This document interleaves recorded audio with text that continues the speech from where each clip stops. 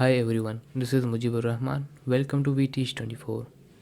Your Excel file is much more important for you.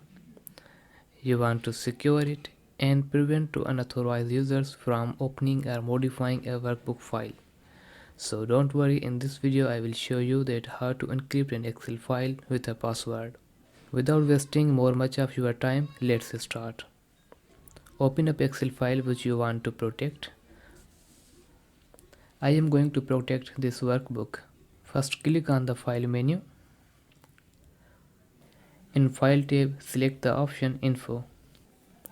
Now click on the Protect Workbook button and here from the drop down menu, choose second option Encrypt with Password. Here is a little dialog. Please read this caution carefully. This caution indicates if you lose or forget the password, it can't be recovered. It is advised to keep password at the safe place. And remember, this password are case sensitive.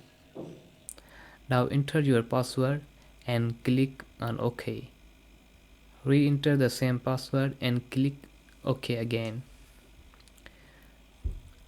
Look at the Protect workbook.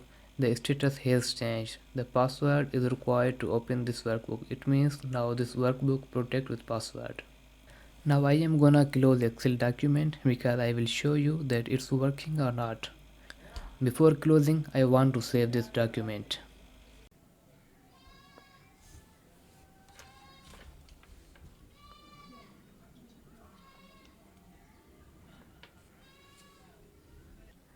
Now open it again, right click and open. We can see the Excel request password, so type your password and click on the OK and go. It's working.